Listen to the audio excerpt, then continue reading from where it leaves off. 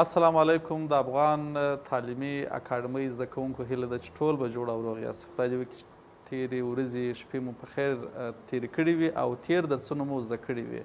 موږ تاسې په تېر درس کې چې 11م درس و د پښتو د اساساتو سلسله ده او د تورو د استعمال درسونه دي چې روان دي.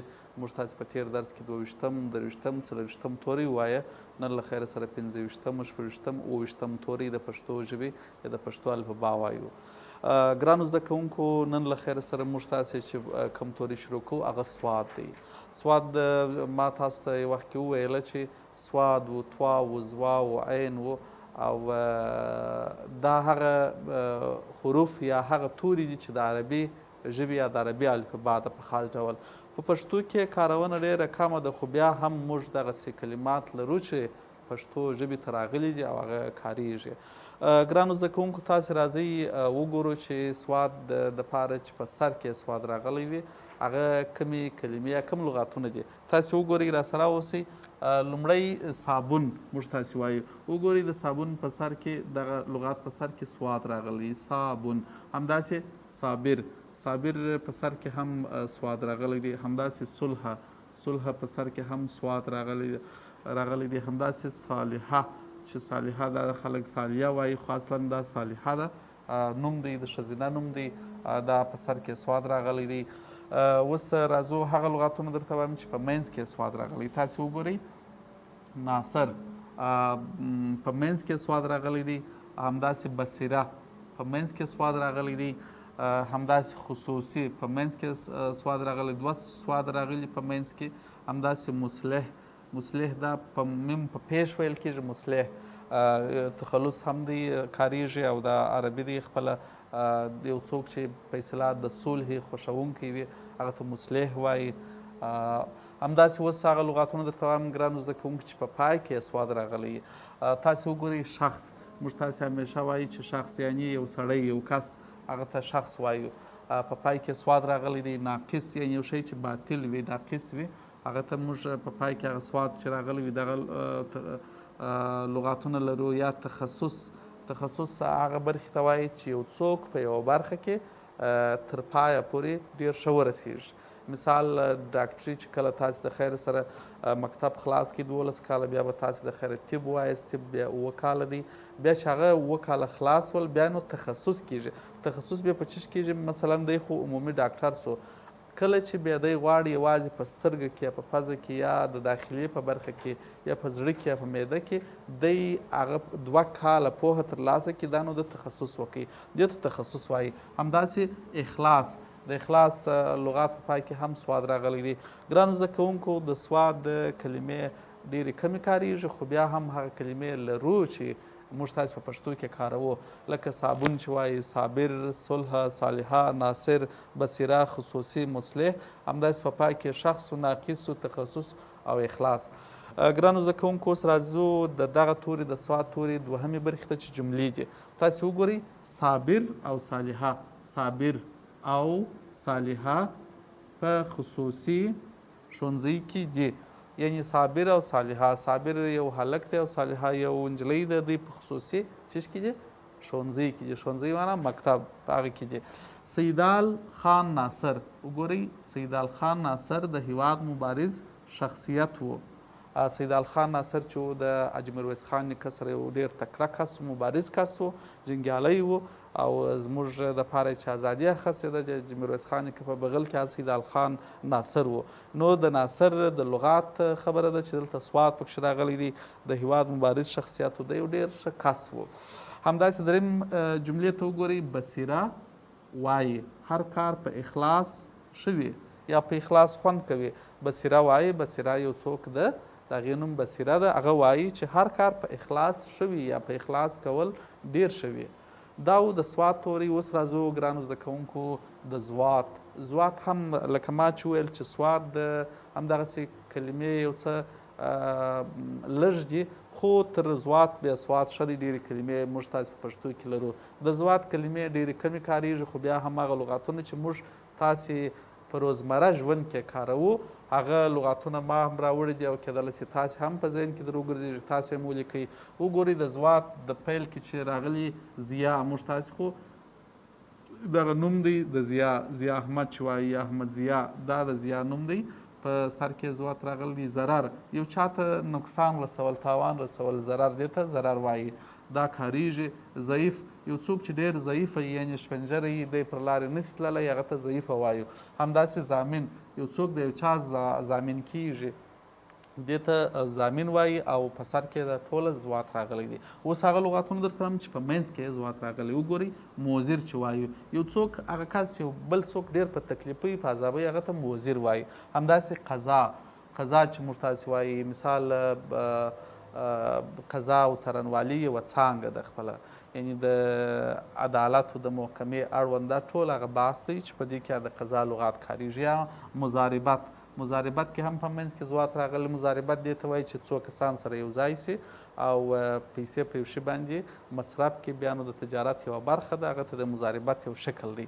قضاوت په منځ کې زوات راغلی دی. په پای کې د زوات کلمه ما چې وکتله ډېره کمه وه، یوازې یوه په نظر راغله، هغه حوض دی. بیا هم ګرانو زده کوونکو که تاسو چیرې داسې لغاتونه پیدا کړله، موږ ته یې په کمنټ کې ولیکئ چې زه پوه سم چې تاسې نور څونه پوهېږئ په دې برخه کې. تاسې وګورئ حوض په پښتو کې موږ تاسې کاروو حوض. دا هغه لغاتونه وه چې په منځ، په سر کې، په منځ کې او په پای کې د زوات کلمه راغلې وه.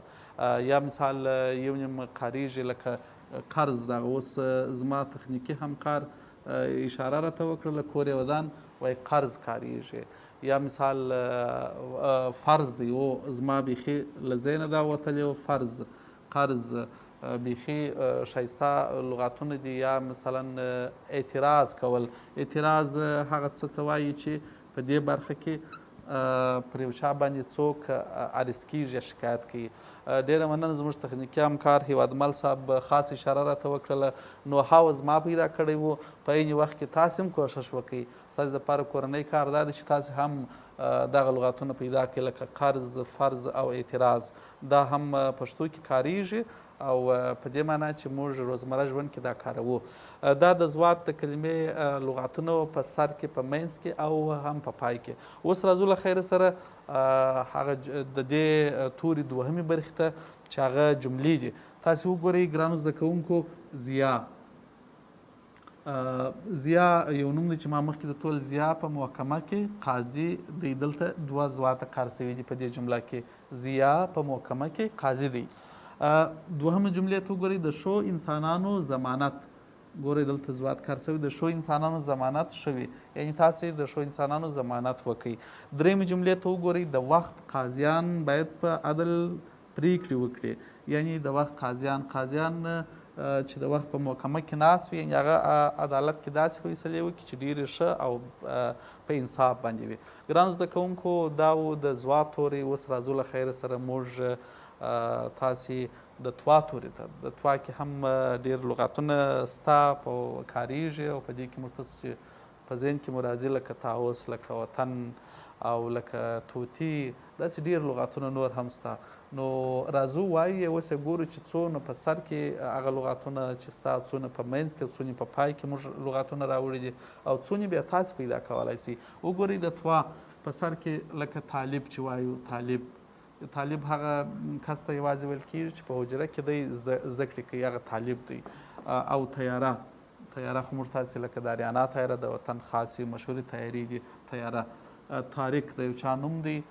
او داسې طاووس چې وایو، طاووس ډېر ښایسته بوډکې چې لري، تاسې باتمن بوډکې په کتابو کې ایښي یو وخت په کوچنیوالي کې، او یا به اوس هم ږدئ، هغه ډېر ښه خوند کوي، خپله دا بوډکې ډېره ښایسته وي. اوس ګرانو زده کوونکو چې په منځ کې توا راغلي، دغسې لغاتونه درته مې راوړي دي، لکه وطن. موږ تاسې وایو وطن، وطن پر ما ډېر ګران دی، زه وطن ساتنه کوم. همداسې په کور کې مثال وایي سطل، نه د سطل هغه اوبه چې پکښې راوړو. سلطان د یو چا نوم دی. همداسې طوطي، طوطي، دا ټول هغه لغاتونه چې په منځ کې دي توا راغلې ده. همداسې ګرانو زده کوونکو، اوس هغه لغاتونه درته وایم چې په پای کې توا راغلي. تاسې وګورئ خیاط، د خیاط په لغات کې په پای کې توا ده. همداسې خطوط، خطوط دې ته وایي هغه څو ډوله خطونه چې یو ځای سي، دې ته هغه د خطوط لغات کاریږي. او مخلوط هغه څه ته ویل کېږي چې څو شیان سره ګډ سي، دغه ته هغه ګډېدلو ته یو حالت دی چې د خپل اختیار یې هغه ته مخلوط وایي. ضابط چې موږ تاسې همیشه دا کاروو، هغه ضابط صاحب چې په ویل هغه دغسې لغات دی. دا د توا لغاتونه وه چې په سر کې، په منځ کې او په پای کې راغلي وه. اوس راځو د دې دویمې برخې ته، جملو ته راځو. تاسې وګورئ ګرانو زده کوونکو، طاووس او طوطي زما د خوښې مرغان دي. یعنې دغه دوه دانې مرغان چې دي وایي زما د خوښې دي. طاووس او طوطي زما د خوښې مرغان دي. په دوهمه جمله کې تاسې وګورئ، په وطن کې اریانا تیارې سته. یعنې په وطن کې اریانا تیارې سته. د وطن او د تیارې لغات چې دی هغه د توا دی او په دې جمله کې کار شوی دی. همداسې تاسې وګورئ، طارق او سلطان ډېر ښه خیاطان دي. په درېیمه جمله کې درې تواګانې کار شوي دي، طارق او سلطان ډېر ښه خیاطان دي. یعنې دوی دواړه ډېر ښه خیاطان دي. ګرانو زده کوونکو، موږ تاسې د سوات او دات او توا توري وویل او د تورو اړوند ټول لغاتونه مو درته راوړله چې په سر کې وه، په منځ کې او په پای کې کارېدله، او بیا مو د هر توري دپاره 3 جملې تاسو ته راوړلې.